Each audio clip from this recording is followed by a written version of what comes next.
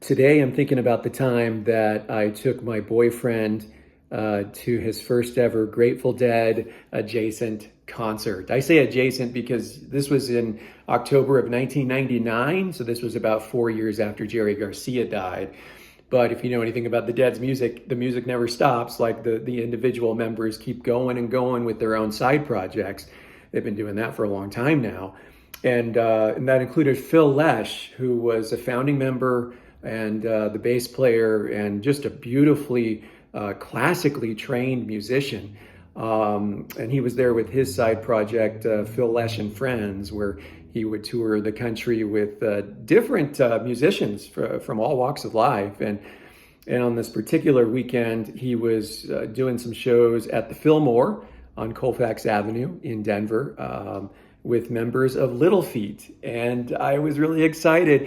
And I was super excited to take this guy I was in love with to this show because, the one thing I was never able to, my worlds at that time didn't collide often. What I meant by that is like, I would do my own thing with straight friends and go to football games, and then I would have this lane where I'd go to concerts and see Fish and the Grateful Dead, and then I'd be in another lane where I would do my gay thing and hook up with guys and date guys and things like that. But this was like the first time I allowed those worlds to combine, and I was really excited about that. And by God, we had a beautiful time. I vividly remember.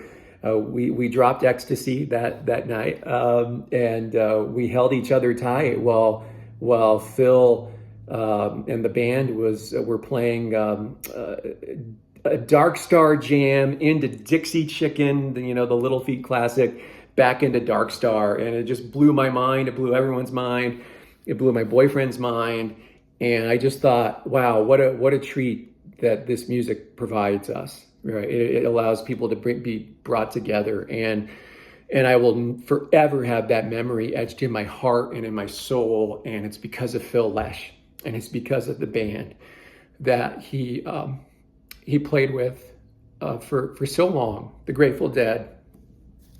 That will forever be in my heart because I love those guys so much. And today, of course, he died. He was only 84. And it's shaken me a little bit. Obviously Jerry Garcia died a long time ago, and that was earth shattering. That was major news. But this one kind of caught me off guard. It's caught a lot of my friends off guard. One of the reasons why Phil is such a hero to me, not just because he's a beautiful musician, not because he was such a key role in my favorite band and in my favorite music, but he's a survivor. Back in the 90s, he needed a new liver because, if you know anything about the Grateful Dead, spoiler alert, they used to do a lot of drugs and drank a lot. And Phil was no exception. And he would have died if he didn't get a new liver.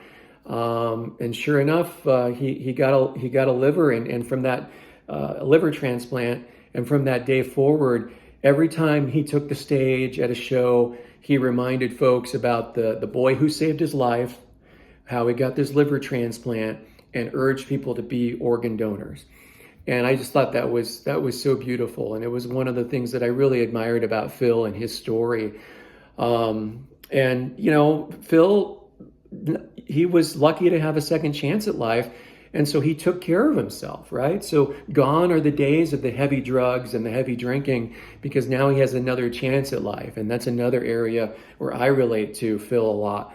Having done heavy drugs for so many years, and how that wrecked my life, and how I got sober for a really long time. I was sober for 10 years. I had a recent relapse on cocaine, and that was really hard, right? And I'm beating myself up like, oh, gosh, I'm such a loser. Why am I relapsing? I'm letting people down. But in the end, it was no.